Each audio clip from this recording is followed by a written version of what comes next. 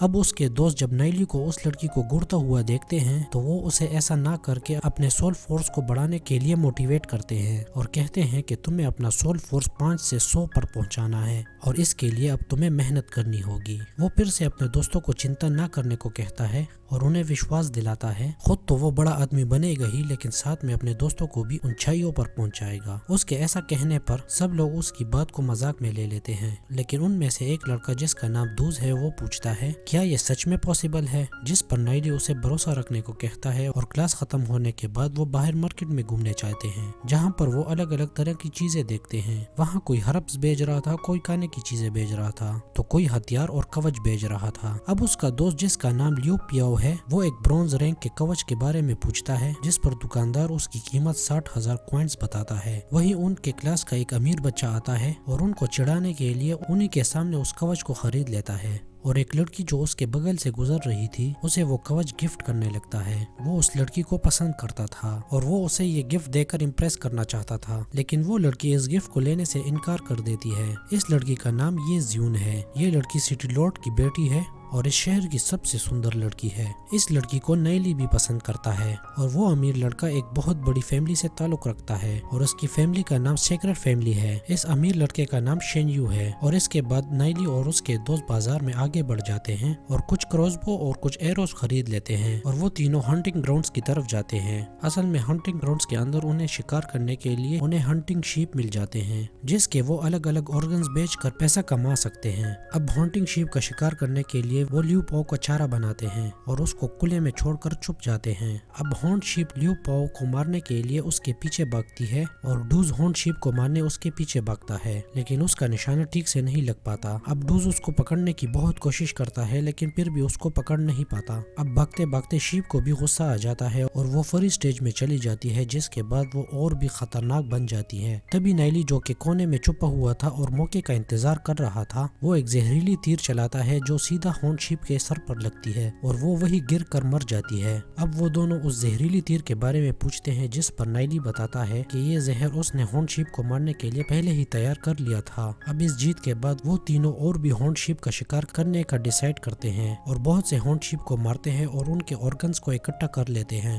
اب ڈوز اور لیو پاؤ بہت خوش ہوتے ہیں کیونکہ ان کو بیچ کر ان کے پاس بہت سارے پیسے آنے والے تھے۔ اب اگلے دن یہ نیوز پھیل جاتی ہے کہ کوئی ہنٹنگ گراؤنڈ میں ہونٹ شیپ کا شکار کر رہا ہے جس کی وجہ سے ان کی تعداد بھی کم ہو رہی ہے۔ ان سب کو لگتا ہے کہ ایک ڈیمن ٹائیگر ہنٹنگ گراؤنڈ میں آ کر سبھی شیپس کو مار رہا ہے اور وہیں پر وہ تینوں دوست اس نیوز کے پھیلنے کے بعد بھی ان ہنٹنگ شیپ کا شکار جاری رکھتے ہیں اور اس شکار کی وجہ سے لیو پاؤ کی آرچری سکل اور ڈوز کی بھاگنے کی سکل اچھی ہو رہی تھی۔ اب شکار کرتے کرتے ان کو 7 راتیں گزر چکے ہیں اور وہ ان ساری راتوں میں ایک بار بھی نہیں سوئے ہوئے ہوتے ہیں۔ اب نائلی ان دونوں کو آرام کرنے کے لیے کہہ کر خود شکار کرنے کے لیے چلا جاتا ہے۔ اب نائلی اپنا شاندار سکل دکھاتے ہوئے آگے بڑھ رہا ہوتا ہے تبھی اسے وہاں پر کسی کے ہونے کا احساس ہوتا ہے اور اسے ایک گرین لائٹ بھی نظر آتی ہے۔ نائلی چھپ چھپا کر اس کے پاس جاتا ہے اور اسے پتہ چلتا ہے کہ یہ تو زیاؤ زنگر ہے جو کہ اسی کی کلاس میں پڑھتی ہے۔ اصل میں فیوچر کے اندر زیو زنگر بیمار ہونے والی ہوتی ہے اور بیمار ہونے کی وجہ سے اس کی کلٹیویشن اور ٹریننگ بہت پیچھے چھوٹ جانے والی ہے اور یہ بات نائلی جانتا ہے کیونکہ وہ فیوچر سے ہی آیا ہے اور اب وہ یہ بات سمجھ جاتا ہے کہ یہ لڑکی بیمار کیوں ہونے والی ہے۔ اصل میں زیو زنگر بہت ہارڈ ورکنگ ہے اور وہ اس شادی سے بچنے کے لیے خود کو اور زیادہ طاقتور بنا رہی تھی۔ اب اس لیے وہ دن رات ٹریننگ کر رہی تھی لیکن اس کی کلٹیویشن ٹیکنیک رات کو ٹریننگ کرنے کے لیے سوٹیبل نہیں تھی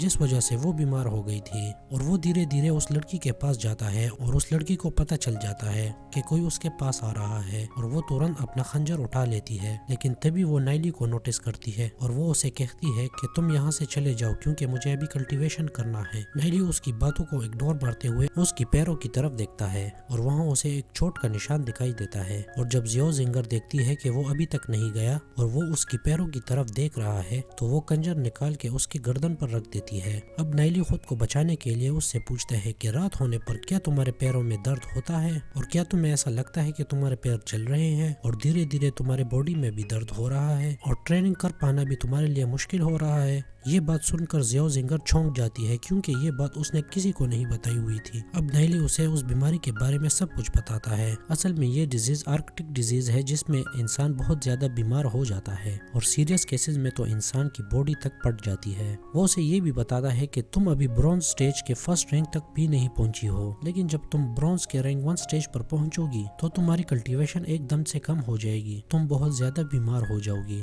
یہ سن کر زیو زنگر بہت زیادہ دکھی ہو کر رونے لگتی ہے اور وہ اس سے اس کا علاج پوچھتی ہے، جس پر نیلی اسے اب علاج بتاتا ہے۔ اصل میں اس کے علاج کے لیے ایک ڈولن نام کی ایک ٹیکنیک یوز کی جاتی ہے جو کہ ایک مساج ٹیکنیک ہے۔ ساتھ ہی ساتھ میں اس بیماری کو دور کرنے کے لیے 2 دوائیوں کے بارے میں بتاتا ہے جو کہ 1 مہینے تک کنزیوم کرنی ہوتی ہے۔ اب نیلی یہ سب بتا کر اسے رات کو ٹریننگ کرنے کے لیے بھی منع کرتا ہے۔ اب نیلی اس کی کلٹیویشن ٹیکنیک دیکھنے کے لیے کہتا ہے، جس پر زیو زنگر تھوڑا ہچکچانے لگتی ہے کیونکہ کلٹیویشن ٹیکنیک کسی بھی فیملی کا سیکرٹ ہوتا ہے، کیونکہ اس ٹیکنیک کے اندر ان کی کمزوریوں کے بارے میں بھی لکھا ہوا ہوتا ہے۔ اب زیو زنگر اس کے بارے میں بہت سوچتی ہے لیکن آخر میں وہ سکرول کو دے دیتی ہے۔ نیلی اس کی کلٹیویشن کو دیکھتا ہے اور اسے بتاتا ہے کہ اس کی بیماری کا کارن بھی کلٹیویشن ٹیکنیک ہی ہے، کیونکہ یہ ٹیکنیک دھیرے دھیرے تمہاری نسوں کو ڈیمیج کر رہی ہے، لیکن میں تمہارے لیے اس ٹیکنیک کو صحیح کر سکتا ہوں۔ اور اب وہ اس کی کلٹیویشن ٹیکنیک میں کچھ چینجز کرتا ہے اور اسے واپس دے دیتا ہے، اور جب زیو زنگر اس میں چینجز کو دیکھتی ہے تو سمجھ جاتی ہے کہ یہ پہلے سے اب بہت زیادہ اچھی ہو گئی ہے،